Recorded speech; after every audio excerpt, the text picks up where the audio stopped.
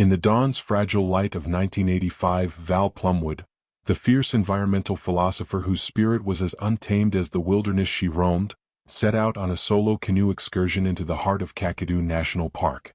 With each deliberate paddle stroke, she immersed herself in a world where towering gum trees whispered ancient secrets and the waters of a quiet tributary mirrored both beauty and danger. The morning was an interplay of silvery mist and gentle bird calls, a tender invitation to commune with nature on her own terms. Guided by a profound calling, Val navigated the meandering waterways near the East Alligator Ranger Station, a region known not only for its scenic splendor but also for the silent guardians that lurked beneath the reflective surface. Legends spoke of the crocodiles that ruled these waters, yet seasoned by years of intimate engagement with nature, she trusted her instincts and the wisdom of the land. The canoe, a sturdy vessel lent by a knowledgeable ranger, slid over the shimmering water, carrying her deeper into an untouched realm of wilderness. As the day matured, an uneasy stillness began to creep into the vibrant textures of the landscape. While the gentle sounds of the river harmonized with her thoughts, there emerged an inexplicable tension in the rippling waters, a subtle disturbance that echoed with the promise of imminent danger. In that moment, as a disquieting shadow moved with unnatural speed, Val felt nature's raw power closing in on her. Without warning, the placid surface was shattered. A monumental force burst forth from beneath the water. A massive saltwater crocodile, its eyes glinting with a cold, relentless intelligence, attacked with the brutality of a primal god. The creature's powerful jaws clamped onto the canoe, splintering the fragile craft into chaos. In that terrifying heartbeat, Val was plunged into a world where the familiar transformed into a battleground, and nature's indifference revealed her undeniable vulnerability.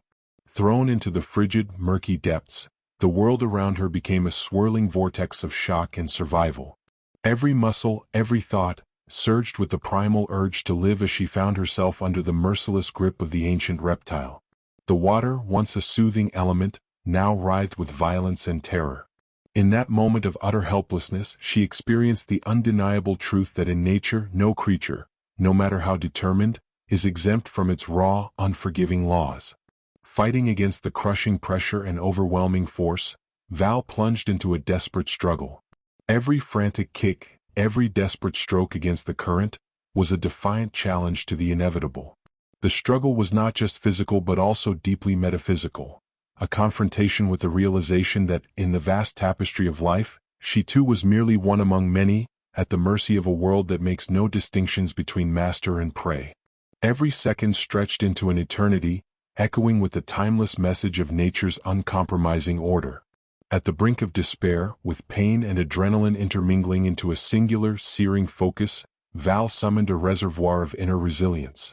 In a moment of clarity born from the crucible of near death, she managed to wrench herself free from the crocodile's lethal clutch. The escape was not the act of a triumphant fighter but rather the desperate drive of a soul clinging to life, each movement a silent, courageous rebellion against the forces of nature that sought to reclaim her.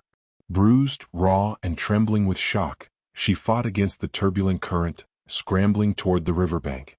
The journey to safety was daunting, a treacherous dash through slippery, muddy banks where every step was writ with pain and the haunting realization of her fragility. The wilderness around her bore silent witness to this tumultuous battle between human will and nature's primeval might.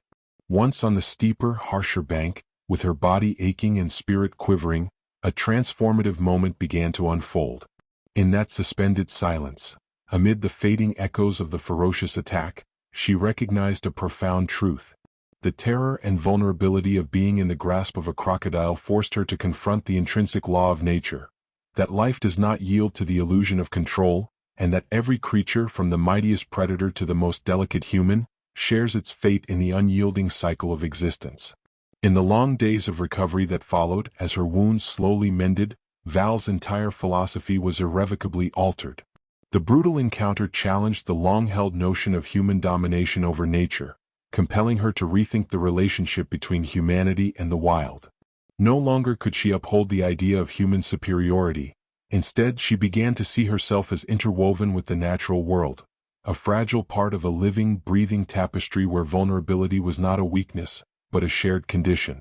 This newfound perspective became the wellspring from which her later writings flowed.